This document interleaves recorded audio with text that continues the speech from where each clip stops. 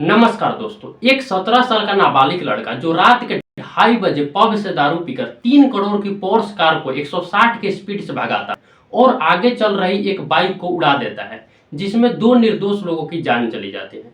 और जब वहां के लोग उसको पकड़कर पुलिस के हवाले करते हैं तो उसे सिर्फ 15 घंटों के अंदर बेल मिल जाती है।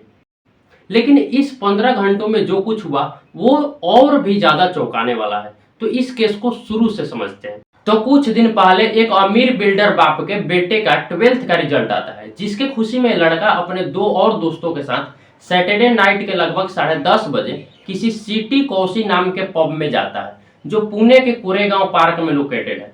और वहां पर जमकर अल्कोहल पीते हैं।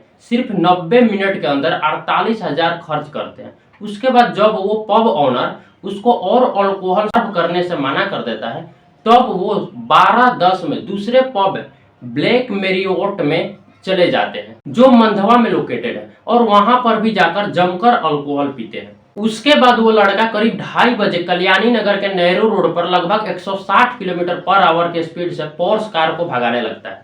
उसके साथ उसका ड्राइवर भी था, पर वो ड्राइविंग सीट पर नहीं था। सेम टाइम पर एक बाइक से एक लड़का और एक लड़की किसी पार्टी से लौट रहे थे, और तभी कार ने ऐसा टक्कर मारा कि बाइक के साथ दोनों कुछ देर तक हवा में उड़ गए, और जब नीचे गिरे तो लड़के की ऑन द स्पॉट डेथ हो गई और लड़की को हॉस्पिटल में एडमिट कराया गया, पर उसने भी दम तोड़ दी। लड़के का नाम अनीश अवाधिया और लड़की का नाम अश्विनी कोष्ठा था, जो सिर्फ 24 साल के थे। दोनों मध्य प्रदेश के रहने वाले थे और आईटी कंपनी में काम करते थे।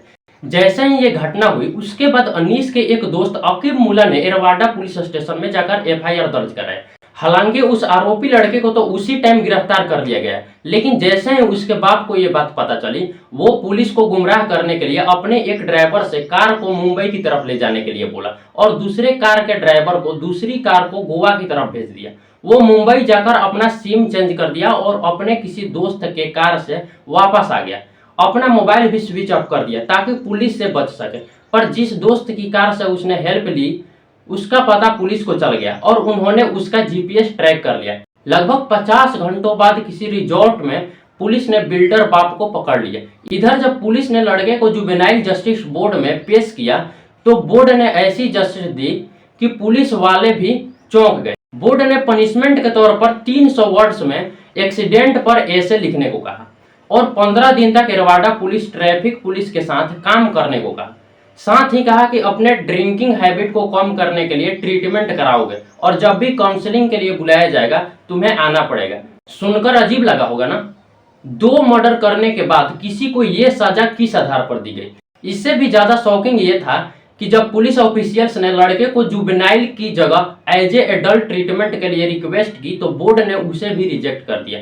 लेकिन भला हो सोशल मीडिया का, क्योंकि जब ये न्यूज लोगों के बीच आई तो जुवेनाइल बोर्ड की काफी आलोचना, और फिर पुलिस और कोर्ट ने इस मामले को और सख्ती से लिया। इसके बाद उस आरोपी लड़के के बेल को रद्द कर दिया गया और उसके बाप विशाल अग्रवाल को भी पुलिस कस्टडी में रखा गया है। पुलिस ने पब चलाने वालों पर भी कार्रवाई की। हालांकि 24 मई को न्यूज आती है कि विशाल अग्रवाल और उसकी वाइफ ये क्लेम कर रहे हैं कि जब एक्सीडेंट हुआ तब वो कार उसका ड्राइवर चला रहा था, ना कि उसका बेटा, और आरोपी लड़का दूसरे साइड बैठा हुआ था। लेकिन जब ड्राइवर ने इस बात को कबूला, तब पुलिस को पता चल गया कि ड्राइवर को केस अपने ऊपर लेने के लिए बड़ा अमाउंट ऑफर हुआ है, जिसके बाद पुलिस द्वारा विशाल अग्रवाल के खिलाफ केस को डाइवर्ट करने की कोशिश के आरोप में कुछ और धाराओं के तहत भी मामला दर्ज करनी पड़ी। हालांकि जिनके परिवार ने अपना बेटा और अपनी बेटी खो दिया है, वो जल्द से जल्द न्याय की मांग कर रहे हैं। मेरे बेटू को क्या गलती थी उसकी, जो उसने मेरे बेटे को मार दिया। आप इस केस और कोर्ट के फैसले को लेकर क्या सोचते हैं, नीचे कमेंट में जरूर बताएं। जय हिंद।